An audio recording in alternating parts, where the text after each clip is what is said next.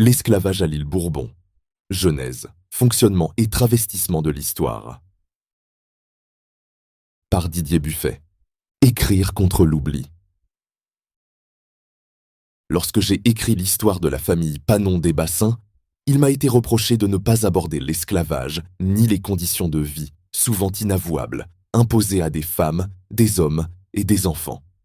Si je ne l'ai pas fait alors, c'était par souci de ne pas mélanger les genres et par volonté de consacrer un texte entier à cette question, tant elle mérite d'être traitée avec rigueur et ampleur.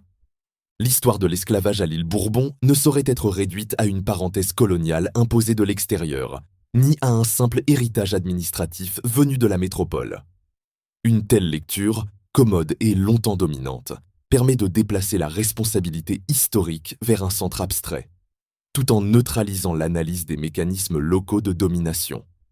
Or, à Bourbon, l'esclavage est d'abord un système créole, conçu, organisé et défendu par une société installée de longue date, profondément enracinée dans la terre, les réseaux familiaux et les institutions locales.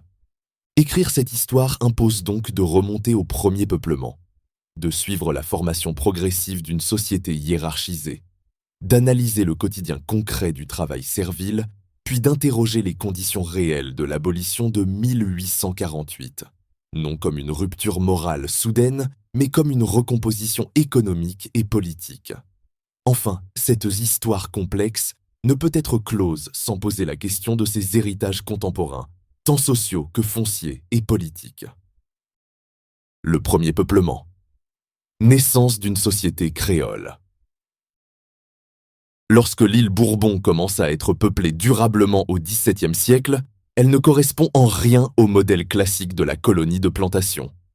Les premiers habitants sont peu nombreux, souvent modestes, et évoluent dans un environnement encore largement sauvage. Les sources anciennes, les généalogies et les registres paroissiaux montrent que le métissage est constitutif de la société bourbonnaise dès l'origine. Les unions se font principalement avec des femmes venues de Madagascar ou du monde indien, arrivées dans l'île avant la généralisation de la traite africaine. Ce métissage fondateur précède l'esclavage de masse et structure durablement la population créole. Les sources disponibles ne permettent pas d'attester un métissage comparable avec des femmes africaines réduites en esclavage dans cette phase initiale, ce qui tient à la chronologie du peuplement et au statut juridique distinct des populations concernées. Les colons de Bourbon sont donc, dès l'origine, des créoles, parfois métissés, nés dans l'île ou installés depuis plusieurs générations. Cette réalité est essentielle. Elle signifie que l'esclavage ne s'impose pas à une société étrangère, mais s'inscrit dans une société locale déjà constituée. L'installation de l'esclavage, un choix social et économique local. Avec le développement de l'agriculture d'exportation, d'abord le café, puis la canne à sucre, le recours à une main-d'œuvre servile devient central. L'esclavage n'est pas une survivance archaïque. Il constitue une réponse rationnelle, dans le cadre mental de l'époque, à une économie coloniale tournée vers les marchés extérieurs. Ce système est porté par des familles créoles, qui vont progressivement former une oligarchie foncière et politique. Paillet, Fontaine, Grondin, Lebon, Ibon, Rivière, Maillot, Bellon, entre autres, auxquels s'ajoutent de grandes lignées comme les Panon des Bassins.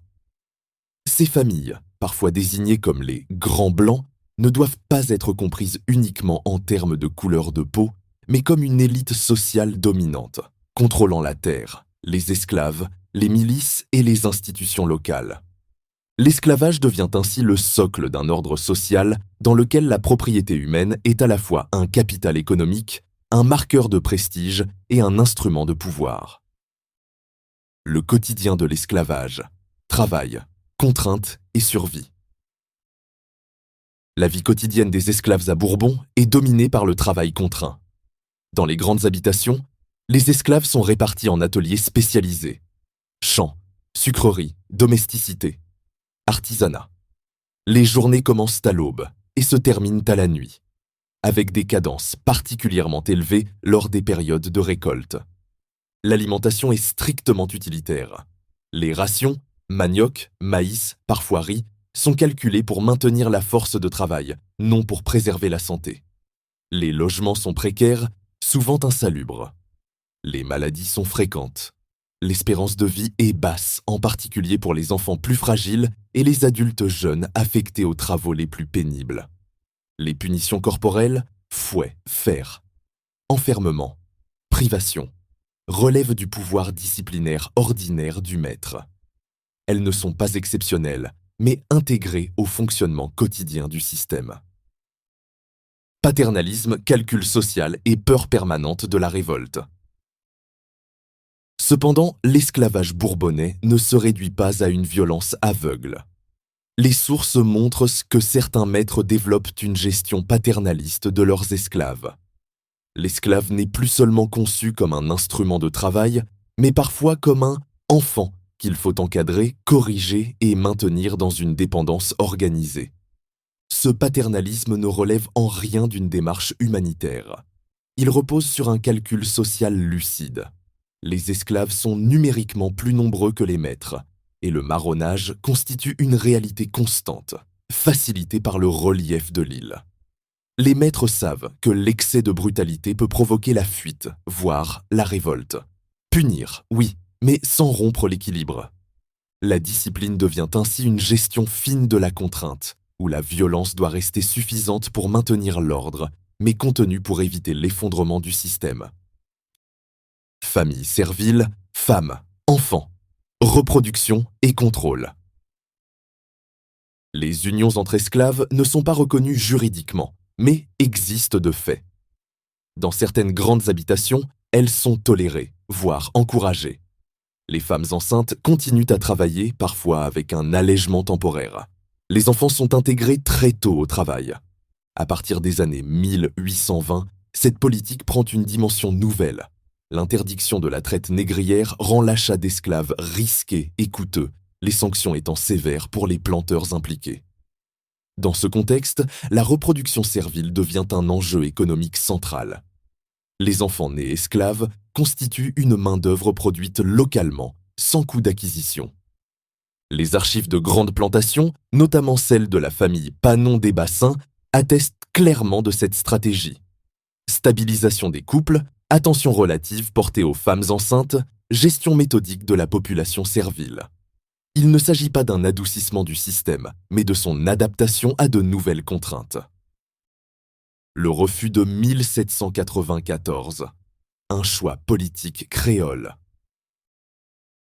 Contrairement à une idée répandue, l'abolition de l'esclavage décrétée en 1794 n'est pas ignorée à Bourbon par simple éloignement. Elle est refusée activement par les grands propriétaires créoles dans le contexte de la Révolution française et après la révolte de Saint-Domingue. Les élites locales invoquent la spécificité de la colonie, l'absence de soulèvement généralisé et le risque de ruine économique. Ce refus révèle une réalité fondamentale. L'esclavage bourbonnais est un système défendu localement et non une contrainte imposée depuis Paris. De la traite à l'engagisme. Une mutation du capitalisme colonial. L'abolition de 1848 ne constitue pas une rupture morale soudaine. Elle s'inscrit dans une évolution économique de long terme. L'interdiction de la traite réduit progressivement l'approvisionnement en esclaves.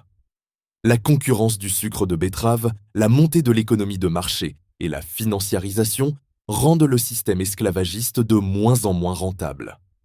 Posséder des esclaves toute l'année, les nourrir, les soigner et en être juridiquement responsable, du fait du Code noir, devient un coût. Le Code noir même, s'il était d'une brutalité extrême pour les esclaves récalcitrants, il obligeait également les maîtres à ne pas faire n'importe quoi avec leurs esclaves et à leur garantir une alimentation, un logement même sommaire, des soins, car les maîtres avaient la responsabilité de leur survie pour que cet outil de travail soit le plus productif possible. Et c'est pourquoi, parfois, on dit du Code noir qu'il était sous certains aspects protecteurs. L'engagisme apparaît alors comme une solution plus souple. Les engagés peuvent être recrutés pour une durée déterminée. L'État promet en outre une indemnité aux maîtres. L'indemnité de 1848, un héritage financier. La véritable rupture de 1848 réside moins dans l'abolition elle-même que dans l'indemnisation des propriétaires. Des sommes considérables, correspondant aujourd'hui à plusieurs milliards d'euros, sont alors versées aux anciens maîtres, une part très importante étant concentrée entre les mains d'un nombre limité de bénéficiaires. Des familles créoles perçoivent ainsi des montants élevés en compensation de la perte de leurs esclaves. Cet argent, issu du système esclavagiste, est réinvesti dans la terre, le commerce et la finance. Aucune réforme agraire n'est engagée. Les structures foncières demeurent, et les mêmes familles conservent le contrôle de vastes portions du territoire, assurant la transmission intergénérationnelle du capital. Un système dont les effets se prolongent. Il suffit d'observer le fonctionnement de la vie politique locale, et notamment les campagnes électorales municipales et générales, pour constater que les logiques profondes du système n'ont pas disparu. Les pratiques claniques, clientélistes et personnalisées du pouvoir, héritées de la société de plantation, continuent de structurer l'espace politique. Les promesses électorales abondent avant les scrutins. Leur non-réalisation chronique alimente une défiance durable, sans pour autant remettre en cause l'ordre établi. Ce maintien des privilèges contraste avec la réalité sociale d'une large partie de la population, marquée par la précarité, le chômage et l'absence de perspective, en particulier pour les jeunes. L'écart entre les élites économiques et le reste de la société demeure profond. Et il n'est pas sans lien avec l'histoire longue de la propriété, de la terre et du capital. Dès lors, une question s'impose. Qu'ont fait et que font aujourd'hui les élus de la Réunion pour interroger le devenir de l'argent issu de l'abolition de l'esclavage? Dans quelle trajectoire patrimoniale s'est-il inscrit? Quels héritages financiers et fonciers en procèdent encore? Quelles grandes fortunes, parfois discrètes, trouvent leur origine dans ce passé? Après la question des enfants de la Creuse, qui aura le courage, parmi les élus de la Réunion, d'engager une réflexion publique sur cet héritage? Le silence observé, au-delà des clivages politiques, interroge la capacité collective à affronter cette histoire. Le discours consistant à faire porter à la seule métropole la responsabilité de l'esclavage permet d'éviter ces questions. Il détourne le regard des responsabilités locales et neutralise toute réflexion sur la terre, la richesse et la transmission. Tant que cette enquête historique, foncière et financière ne sera pas menée, l'abolition de 1848 restera une rupture juridique inachevée, laissant intactes les structures profondes d'un ordre social hérité de l'esclavage. Cet argent relevait alors de l'État et des contribuables français. Il est donc légitime de s'interroger sur son usage, sur les choix qui ont été faits à l'époque et sur les effets durables de ces transferts de richesses dans l'histoire sociale et foncière de l'île. Il est évident que la majorité des Réunionnais d'aujourd'hui ne sauraient être tenus pour responsables de ce passé douloureux. Mais reconnaître cela ne signifie ni oublier l'histoire, ni en déplacer la charge sur d'autres qui n'y ont, en réalité, que peu de liens. Faire porter le poids de l'esclavage aux métropolitains contemporains, que l'on désigne encore parfois, non sans une ironie affectée, sous le terme de « oreilles », relève d'un contresens historique. Il faut rappeler que, dans la mémoire des Marrons, le mot « oreilles » ne désignait pas l'Européen en général, mais les chasseurs de fugitifs, ceux qui traquaient, capturaient et mutilaient. Ces hommes n'étaient pas des fonctionnaires venus de métropole, mais bien des acteurs locaux du système esclavagiste. Leurs noms étaient Mussard, Turpin et d'autres encore, pas Dupont ni Durand. Cette précision n'a pas pour but de raviver des haines, mais de rétablir une vérité simple. L'esclavage à Bourbon fut aussi une affaire locale, portée par des intérêts, des familles et des pratiques ancrées dans l'île elle-même. Refuser cet examen, c'est non seulement travestir l'histoire, mais empêcher toute compréhension sincère de ses héritages.